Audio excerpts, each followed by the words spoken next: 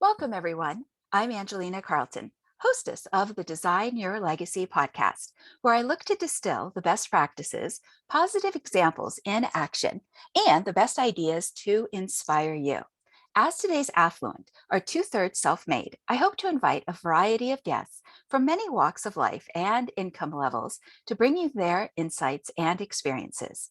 These guests range from family office professionals, Hollywood directors, and those in Generation Z, as they each contribute their thought leadership to the subject of legacy.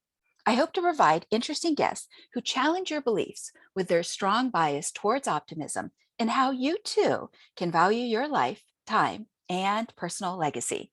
This morning, I have the pleasure of introducing David McCary.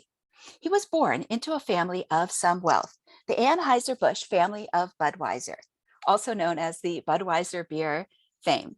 And he knew from about the age of 12 he'd need to understand wealth management. So he chose a path that would help him prepare for that, despite its many academic and entrepreneurial struggles required along the way. It's those struggles and lessons learned that now benefit his wealth management clients and help him pay his hard-won knowledge forward, and helping others improve their lives and what makes David feel most fulfilled in his life. Welcome, David. Thanks, Angelina. Nice to be here. It is an honor to collaborate with you on this subject and present legacy from your perspective to the viewers and listeners of this podcast, as well as the video series. So for an icebreaker, would you share a bit about your family's business history regarding what business models you observed and what you might have learned from osmosis? Yeah, I'll share a couple of the approaches my family's taken over actually multiple generations now. I'm the sixth generation since the founding of Anheuser-Busch by my great-great-grandfather, Eberhard Anheuser.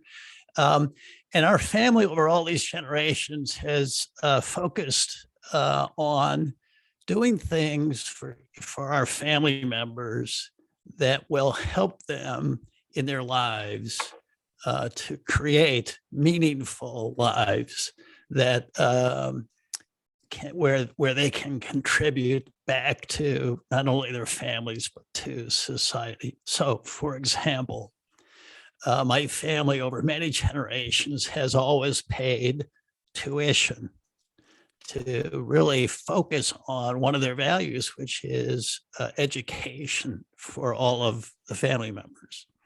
So we benefited from all tuition paid all the way through graduate school. And they've also funded the entrepreneurs in my family with seed capital to help any of the entrepreneurs. And we're not all entrepreneurs, but those that are, with seed capital.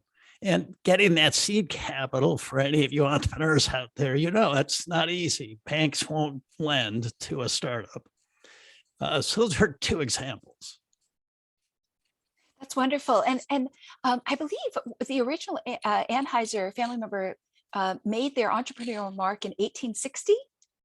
Yep, he started his company called the Eberhard Anheuser Company in the 1860s.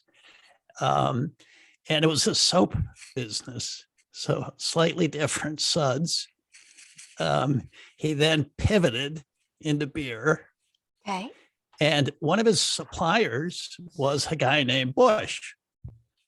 And Bush sat down with Eberhard and said, "Look, I think I can help you make your beer better." And so they teamed up in partnership just a couple of years later and named their new company Anheuser-Busch. That is a delightful story. And what foresight your ancestors had to know to not just set aside money for family education and tuition, but also to foster a family culture, which we'll get into in a moment, that has helped generation after generation, not just maintain the wealth, but the mindset needed to save money and to preserve what has been built, it's, I would say over a century ago. I mean, I want to say decades ago, but it's more than just 10 decades. Yes. Yeah, Um, and that's a real challenge, Angelina, as you know. I mean, the shirt sleeves to shirt sleeves in 3 generations means the first generation makes the wealth, the second spends it all, and the third is back to working in their shirt sleeves. And that happens frequently. So it's a real challenge to push back against that. sure. Well, I can imagine that one has earned the the income, they've built the business, and the other generation sees the fruit of that and they can enjoy it, but they don't understand that process from A to Z of everything that goes into the not just the sacrifice of time and making decisions around budget, but just that whole lifestyle. I mean, when somebody builds a business, they give, not just 40 hours a week, sometimes it could be 60 to 80 because it's their own sweat equity that builds that dream. Yeah, so that's exactly right. And it's a wealth building mentality.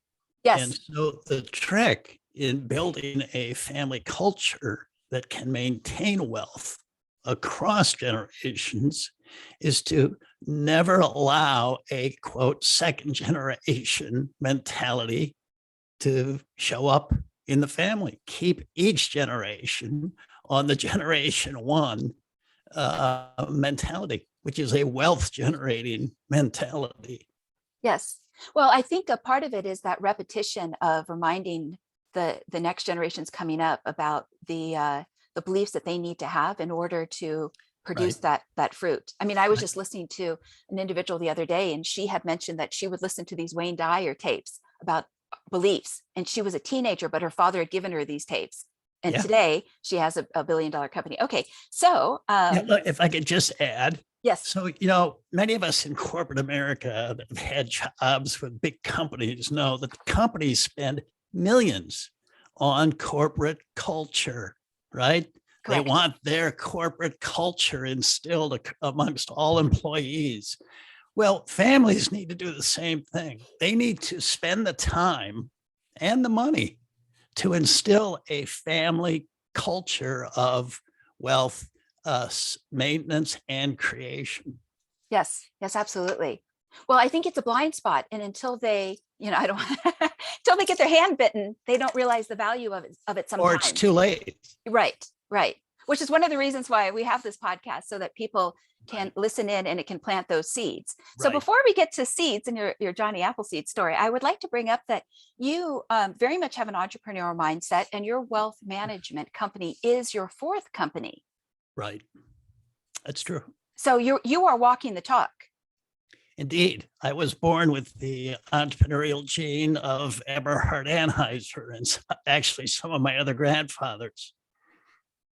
Um, so was there anything that you picked up, and I use this word osmosis, was there anything that you learned by osmosis given the role models of your family members? Well, it's this wealth management um, culture, which is study hard, learn as much as you can in school, step out, work hard either for others or for yourself or a combination of the two, and really contribute to first your family and then your broader community. Right, right. Wonderful. And we'll get to what I think might be one of your favorite words of stewardship in a moment. But will you share the Johnny Appleseed story? Because I think stories they're like metaphors, they can sink in a new way. Yeah. So I've started a new element in my family's culture, and it's or a new arrow in the quiver of my family's wealth culture, and that is the Johnny Appleseed Trust. And what this is the story of Johnny Appleseed is an old one. He was a real person. He lived in the early United States back in the 1800s, and he went around the Northeast as far west as Ohio, I believe, planting apple seeds all over the place. And decades later, those trees have grown and are producing apples all over the Northeast. And a lot of folks have no idea where their apple tree in their backyard came from. And it was his seed planting that all those decades later produced these apple trees that keep producing apples. So it was a very long-term project, but that's been paying apple dividends for many, many families ever since. So along that line, in my family, I am creating at the birth of each of our grandchildren what I call Johnny Appleseed trusts. I've had my first grandchild born here last August, and I've set up his Johnny Appleseed trust. And what it is a trust that will be for him and only him, so that when he turns age 70, the proceeds will revert to him and to help support him in his retirement. And the amount will be $1 million. At that time, but yes. It'll be $1 million in today's dollars. Okay. Which means with an inflation rate of like 3% over the next 70 years, it'll end up being closer to $6 million in tomorrow's dollars to $1 million in today's dollars. And all I need to fund this, because of compounding and the incredible magic of compounding, is $8,000 once. Right. And then you let time and compounding do the rest, which I think a lot of the times, one of the things that people talk about commonly is how often the school system, including business schools, they forget to teach about compounding. And what a simple concept that when you get that momentum, whether it is apple trees and apple seeds or depositing $1,000 or even $8,000 today, what it can do 50 or 70 years down the road as that individual is growing and experiencing life. Yes. Right. Yeah. And so many families never tap into that. You have to have a multi-generational plan in your mind to even think to do this. Right. But it's not rocket science. It's pretty darn simple. Sure. And one of the books that you like, The Psychology of Money, also talks about the value of compounding. Yeah. And not only do you have to know about it, and you can do that, if your listeners Google the rule of 72, that's your homework assignment for after this podcast. But you have to not only know about compounding, but then you have to actually implement a strategy, a plan, right, to capture that. So I want to talk in a moment about some of your insights about not spending the principles and so forth. But in learning and growing, are there any key insights that you would like to share that you've garnered while working with and investing for generational families? Well, I can't give specific investment advice in this format. I can only give specific investment advice to clients of mine that I know well. But generally speaking, there are 5 areas that anybody can consider when considering how to manage their own family's financial affairs. And the 5, happily, spell an easy word to remember. The word is peach. So P stands for pay yourself first. You need to convert income into wealth, meaning your salary into a nest egg, where your salary is the income and the nest egg is the wealth. And you've got to convert income every year into wealth. So you got to add to that nest egg every year. So pay yourself first is that process of converting your current income, a portion of it, certainly not all of it, into savings, which is your nest egg. And the rule of thumb is 15% of your gross wage.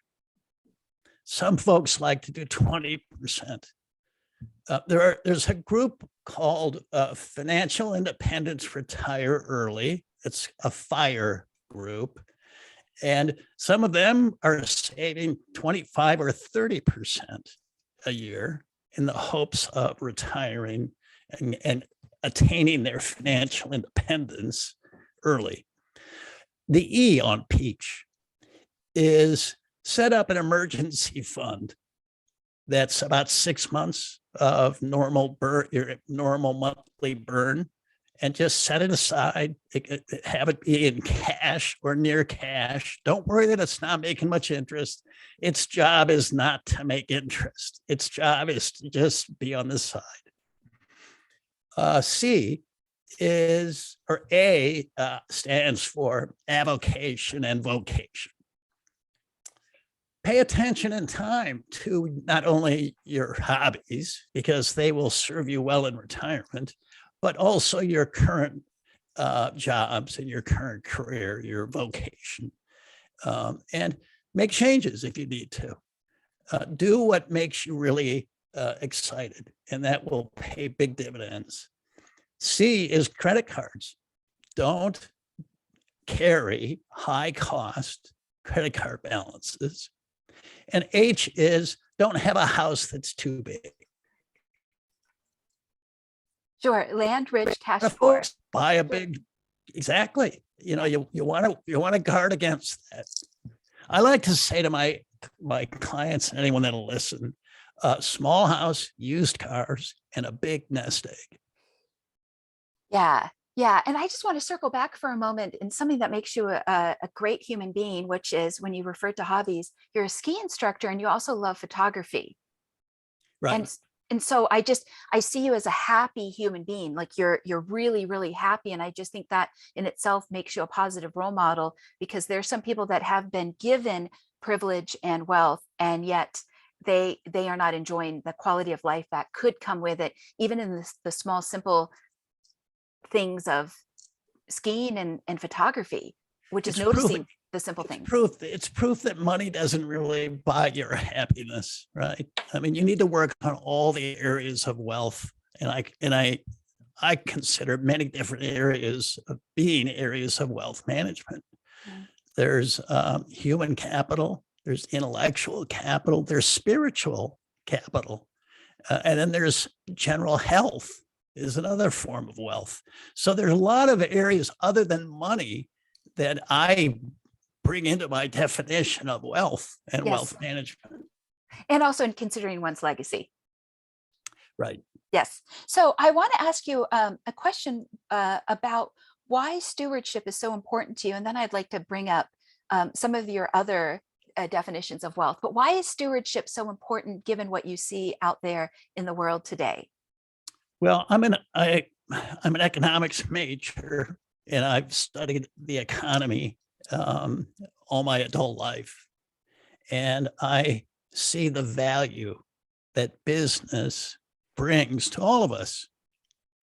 Businesses have increased the lifestyle of the human race over the last couple hundred years in a huge way.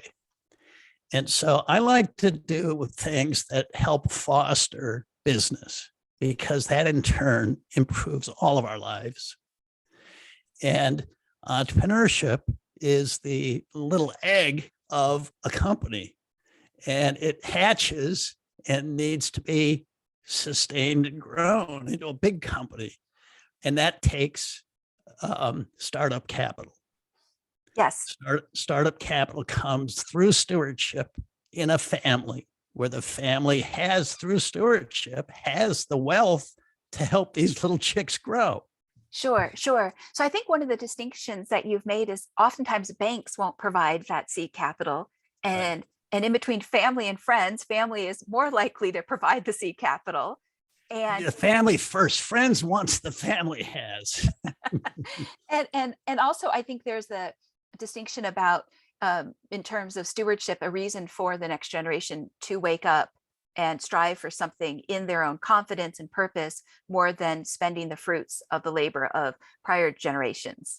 Yeah, if they can likewise view the benefits that I've just described, Yes, the gives roller, them a purpose, right? A purpose to get up and contribute.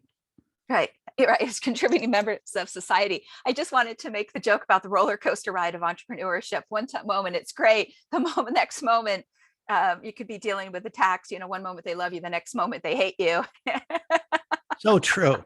The word struggle comes to mind when I think of entrepreneurship. It's a struggle. It's a series of wrestling matches. It's not easy, but there's a great old British saying that says, no smooth sea ever made a skilled sailor. Mm. It's the struggles in life or in Yes. entrepreneurship that helps build our character and give us fulfillment, and in fact can lead to more happiness. Because of that struggle, realizing that people have that tenacity and grit within them, that they can trust themselves more when faced with those high waves. Yes. Right. Yeah. And if you're in a family with wealth already, it's hard to get out from under the shadow that wealth casts. Right. Right. And if you can do that through your own entrepreneurial efforts or your own professional career path, that's one way to find your own self-esteem. Absolutely, which I think is important, especially given the coming years. It feels like there is a bit of an uncertainty in the element of what will the seas in the future years bring between cryptocurrency and yes. That's always the case, Angelina. Right. You go back generation after generation, as it's always a little murky in the future. And you have to kind of get ready to trim your sails and steer your ship depending on the weather that comes your way. Yes. So speaking of weather that is coming your way, one of the things that you prioritize in your definition of wealth is human capital.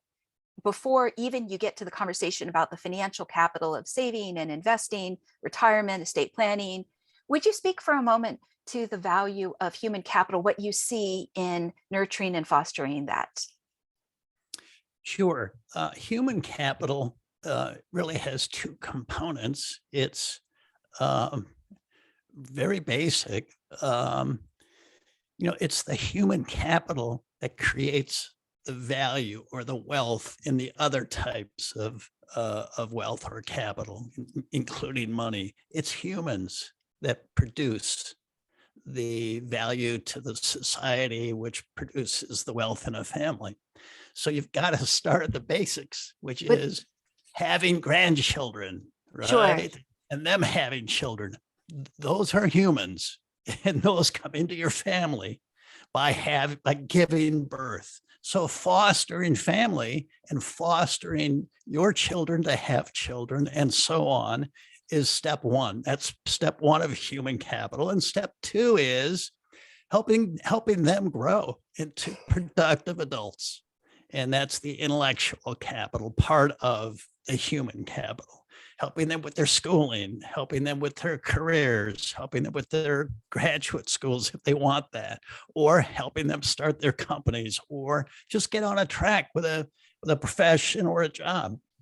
I just like that you have that lead the way, because I think that emphasis in the priority on the human capital, when realizing it brings the creativity to society. It's the steam engine that creates new solutions. It is the engine, and the money, the bank account is the caboose. Thank you. Or, yes, that's or what I was said getting another at. way, the bank account is the fuel. It's the gas tank. Right. That periodically feeds that engine, and the engine is humans. Correct. I just wanted to point a flashlight for a moment to that point, because I feel like sometimes people forget, because the money is sensationalized on the cover of Forbes and Fortune and right. Right. And they make the money car the engine, but it's no engine. Yes. Yes. your train will not go forward if you put that as your first car. Right. So as wealth gets transferred from generation to generation, then the younger or next generations, the rising generations, as they're called, has to have the mindset and the fortitude that you referred to before to be able to handle the sailing when the seas aren't so smooth, and that knowledge of how to maneuver and navigate.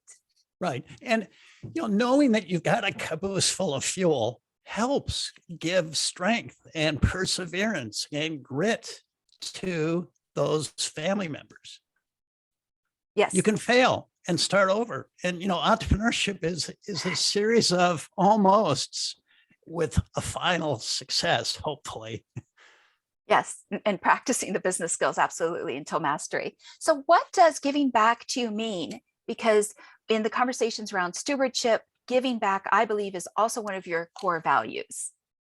So what does giving back mean to you personally? Well, it's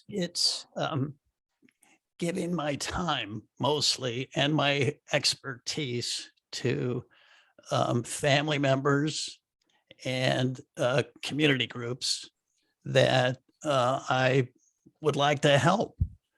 And I sit on the board of 3 different nonprofits and help them manage their money because that happens to be my skill set. We each have different skill sets. So I'm not trying to bring everything to the folks that I'm trying to support, but I try to bring what I'm good at. I help people ski, right? I help them get better at their skiing. I help these 3 nonprofits manage others for the benefit of what it is, their mission. They're in the business or what their missions are. So I help them manage the fuel to fuel their missions. And I derive a lot of pleasure out of that. But the key is we can each bring our own specific specialty skill. Right. We don't need to bring everything, just whatever we're good at. Sure. And I think a part of what, and I'm just going to make this up, so let me know if you agree or not. I think a part of it is that you see the bigger picture, whether that's karma or having a life led by faith, that you realize that your choices today have a ripple effect with people you may meet and people you may never meet, but it's almost your contribution to the greater karmic good. Yes. Yes. Or the greater spiritual picture, if you believe in those things. So yeah, it's a higher altitude. I'm also a private pilot. So it's flying high to 30,000 feet and looking down and seeing all the potential ways that your efforts can help. Sure. Now I understand your airplane pictures on the photography website. Exactly. Yeah. Right. Well, I think that's brilliant because if somebody can have that eagle eye view, or what I call that 5,000 or 30,000 meta view, they have a different perspective regarding the actions that they choose intentionally as well as consciously. Yeah. And let me, on this point that you mentioned earlier, we got to watch out for Madison Avenue and advertisers. And they're trying to really get us to focus on the money and their particular products. The image, sure. And if you can be misdirected by all of that glitz and all those fancy ads. So you really don't want to take your eye off the more important things in life. Brilliant. Very good. So I know I need to wrap up in a moment. Would you share a couple of your core values that you get to honor and what you would like your personal legacy to be? Well, I guess my core values are family, faith, and giving back. And I guess with my legacy, what I'd like my tombstone to read is something along those lines. That I was a good family man. I had a deep faith. And I gave back where I could. It's beautiful. Thank you. Thank you very much for putting that into words. You bet. Okay. Is there anything else that you would like to share with the listeners or viewers, such as your website or just any final thoughts? Sure. You can find my wealth management site by Googling McCary Anheuser Wealth or Anheuser Advisor. And if you can't spell Anheuser, grab a bottle of Budweiser and it'll be on the label. And my photo site is dwmccary.com. You can check out my photographs.